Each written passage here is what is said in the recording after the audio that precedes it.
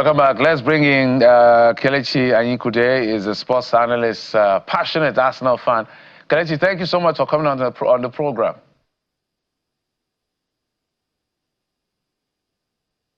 Hello, Kelechi, can you hear me? Yes, I can. How are you? I'm very well.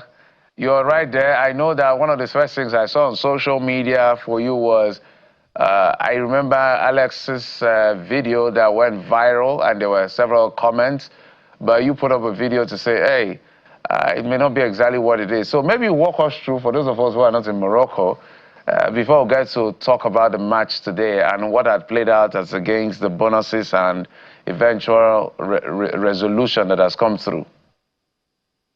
All right, like you said, all the drama started with the whole Alex's video, Alex Iwobi. He showed a view from his window, and some people went agog that, oh, they were staying in a poor hotel, blah, blah, blah. The hotel is not actually bad. I've been there for a while. I've been camped there since yesterday during this whole boycott. And it was just his hotel view. He didn't say anything in the video. And then people went, oh, NFF, this, NFF. I'm not a fan of the NFF, don't get me wrong, but my job as a creator, as a media person, is to say the truth. And I'm like, I tried to reach out to the media officer. He was busy, so I said to myself, okay, I need to put something out. I'm like, I went to with the team to Rwanda. We stayed in Radisson Hotel, which is one of the best in Kigali. I went with the team to South Africa, the game against South Africa, Bluefin team. We stayed in Premier Inn. I went to the team to the game against Lesotho. We stayed in the ranch, like, when I mean the ranch, like giraffe and everything, we popping out, beautiful hotel. So it should be weird for them to really downgrade them to some common hotel. And then when they now brought out the official statement, and I just knew I was right, and I saw the whole thing, I'm like, okay. And my thinking is, there was just not enough space to take the whole team. There's so much going on in Rabat. The CAF Awards are coming up. There are different things going on in Rabat. So that's the hotel they could get that, accommodate the whole team. If not, they would have been coming from maybe Casablanca, which is like an hour or two away. I mean, Gabon are staying very far, and then they wanted to stay near the training facilities, which is about 20 minutes from the hotel, which makes sense as well. So, yeah, but that was cleared up. Alex Iwobi went online and said, oh, this is a journalist with sense and stuff like that. I'm like, yo, don't cause problem for me. I'm just saying the truth. So, yeah, that's that. The boycott, I was stunned because that was the day I came into Rabat. I was even getting essentials in the market. And then I got the call that the police are boycotting. I'm like, what? I dropped everything. You have to get fresh information. I went there, nobody was confirming anything. So I was just waiting. Obviously, the news was broken by the journalist, the BBC journalist, Shina Okeleji. And then when they came out to tell us that, yes, they are not training today, and then made my report. I saw the kit man offloading everything from the coach. They said they were not going. And then, negotiations carried on. We saw the NFF president that night. He wasn't saying anything to us. The next day, they resolved, and they made an official statement, and they trained yesterday very well. So, you have already said that Alex Iwobi's video, triggered much of this. But do you think it was right for the Super Eagles, to boycott right ahead of very important playoffs? Could it have been managed in a better way? I mean, to be honest, I don't think there's a right time. There's a way you'll be managing situations. You've been old for some time and you are managing, you're going to play national interest, go and play. There comes a time you'll be like, hold on, are we being taken for a ride here? If they had gone on strike, let's say before the match against Benin Republic, say, oh, it's before a crucial match. If they had gone on strike before a crucial match against Zimbabwe, people still complain. So personally, I don't think there was a right time. Personally, if you ask me, I would have wanted them to just play. But again, a worker deserves his wages. So it was a training strike, not that they said they are not going to play the match. It was just a training strike. And they got what they wanted and what they deserve. And they trained very well yesterday. So why should that even still be? To me, I don't know about you, but I guess as you as well, who is a lover of football, you travel around with the Super Eagles literally everywhere. Why should this be a conversation in 2025? Bonuses, pay. Why? Honestly, I don't know. I was stunned by it. I thought this was in the past, but obviously we've been hearing a few things. Even with the women's national team, you hear a few things. Even the men, the boys and girls are playing the age group football, the under 17s, under 20s. You hear they're being owed here and there, and I just think that something needs to be done at the NFF. They need to sort themselves out. We need a bit more accountability. This is just administrative. Just pay people what they are due or what you guys have negotiated.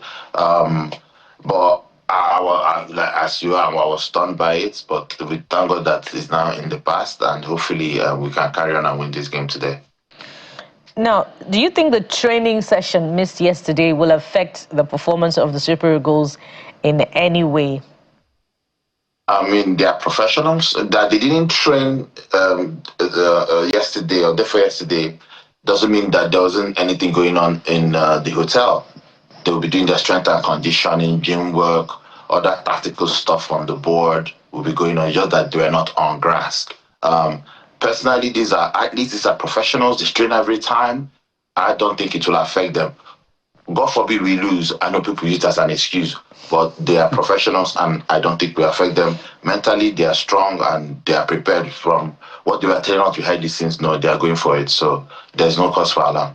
Kelechi, the odds are huge and they're high. Walk us through the odds we're dealing with here. For those who are not familiar with football, especially, it's not a sports show. What are the odds? How many steps ahead before we can say, here we come, America?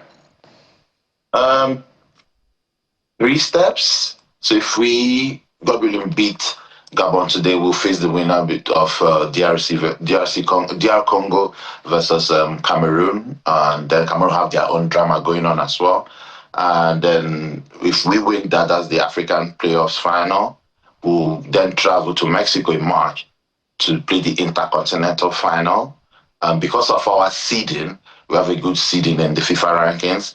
We are already kind of through to the final in that one as well. So we just play one more match, hopefully against maybe some country, maybe from Oceania region or Asia region, that are always very beatable, and then we'll be in the World Cup. I believe that the African side of the playoffs is actually the difficult part because these teams are not, you're talking about Aubameyang, Lamina, in the DRC, you're talking about Wan-Bissaka, in Cameroon, Mbuemo. So for me, it's the hardest part. But if we conquer this part, I think we are almost there.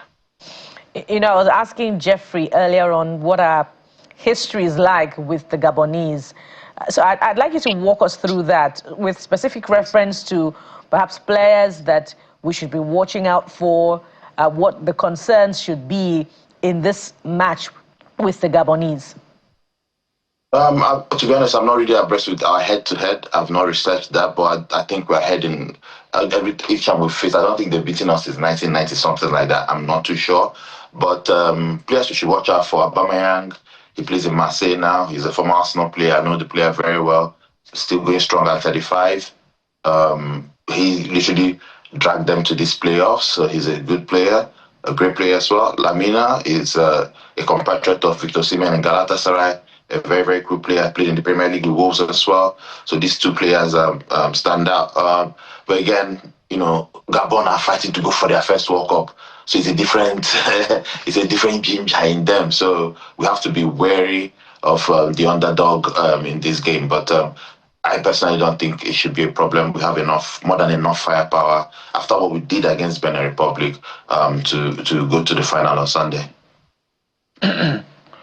I like to identify weak links so that we know where we're up against. So if you were to do your basic analytics in terms of weak links that we need to watch out for, that the opponent, this time Gabon, before we talk about who is the winner between DRC and Cameroon, what are the weak links that you can clearly see and say, okay, we need to watch this part so that we don't get beaten? Personally, I don't see any weak links. I mean, after what happened against Benin Republic, where we needed 4 goals, I scored the 4 goals, you could see a different spirit in them. They were just going for it. Even someone like Ichukwueze was playing with an injury because he had to assist, got subbed out because of the injury. Everybody was just playing through their teeth, to be honest. So I don't see any weak links. The defense is pretty much sorted. The kid, Benjamin Fredericks, has been a revelation so far in these qualifiers. You have Calvin Bassett. All these boys are playing regularly for their club side, and they are good to go. In fact, I was at the Fulham Everton match last weekend, and I watched the boys play, the three Nigerians play, and they are looking sharp. So I personally don't see any weaklings. If anybody's not playing well, we have the bench to come and rescue the situation. So I personally don't see any weakness. We just need to be wary of the underdog, not go and underrate Gabon, and then take our eyes off the ball. For me, probably that's the only thing I can say. But the boys are ready and sharp. That's what I was talking about, underrating. And the energy we saw in the last match, that Victor Osimhen, I think that hat-trick, was quite palpable. And the question everybody was saying, or what everybody was seemed to be saying there, was that we needed this form of enthusiasm, this form of strength of patriotism and energy, as we used to see in the days of the JJs and all of them. Are you seeing that in the camp? What is the spirit in the camp as we speak, given the fact that they just got off this disagreement about bonuses and all of that? Well, the spirit is very electric. The boys want to play in the World Cup. Out of the current squad, there's only Ndidi, the captain, Truste Ekong, and Iwobi that have been to the World Cup. The rest have not been to the World Cup. It's every player dream to go to the World Cup. So they share the same passion and zeal with us that everybody wants to go to the World Cup. So they are really, really gingered. I've not seen this kind of fight in them in a long time. So yes, the game against Benin Republic, we saw so much fight. We could say, okay, the games that we played before, that we are drawing too many games. To be honest, in more than half of those games, Victor Osimhen wasn't there. He's our best player. He's our talisman. So with him firing very well in Europe, he scored a hat-trick last week. I'm sure that we'll get this one in the bag. I know that we like to do one game at a time. I remember I was very young. I was still a teenager. I almost had a heart attack in '94 when we lost, because the way the Super Eagles went to that World Cup, as a young boy, I felt like we're going to get to somewhere close to the finals. And then when we did what we did at the group stage, and then it looked like we were lackluster slightly in the next round, and then we got kicked out. It was like, wow, what happened to us?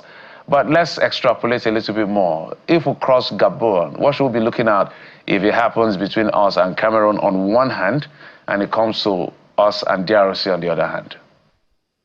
Well, personally, I think I will, because we don't know DRC's game that well. Cameroon I'm familiar for.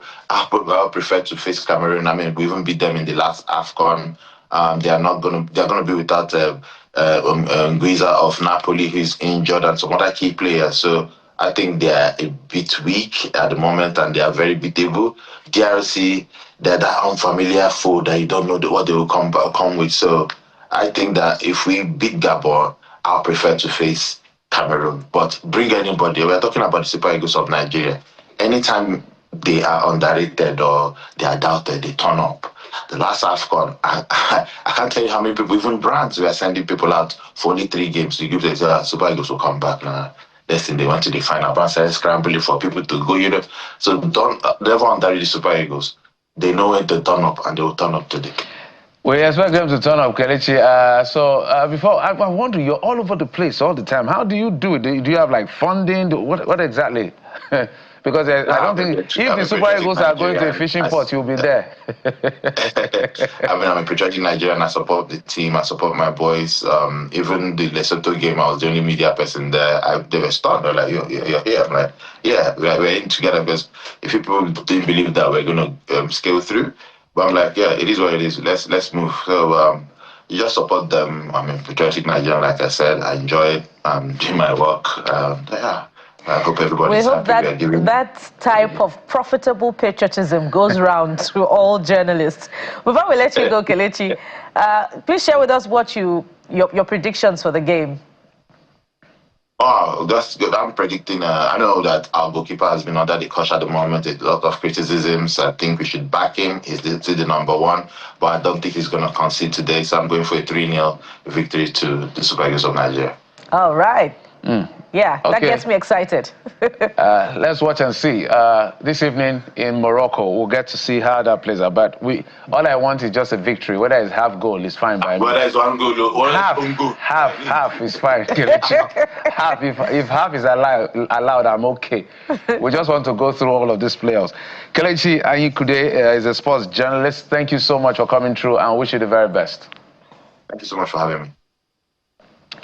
All right, guys, please do also make sure you watch that match. I think it's 5 p.m. Nigerian time. So it's a playoff. It's the African playoff. Nigeria against Gabon. DRC will be playing against Cameroon. Whoever wins that match, I believe and I hope Nigeria wins so that we can face whoever wins between Cameroon and DRC. And then we'll go to the international playoffs in a match that's in Mexico, where we'll get to face, I hope, an underdog somewhere, where we'll get to kick them out and just settle in America. It's a three-nation game, Canada, United States, and Mexico for the World Cup 2026. So we cannot not be at this World Cup. So, Bukola, I hope you're ready. Are you ready to travel? To travel.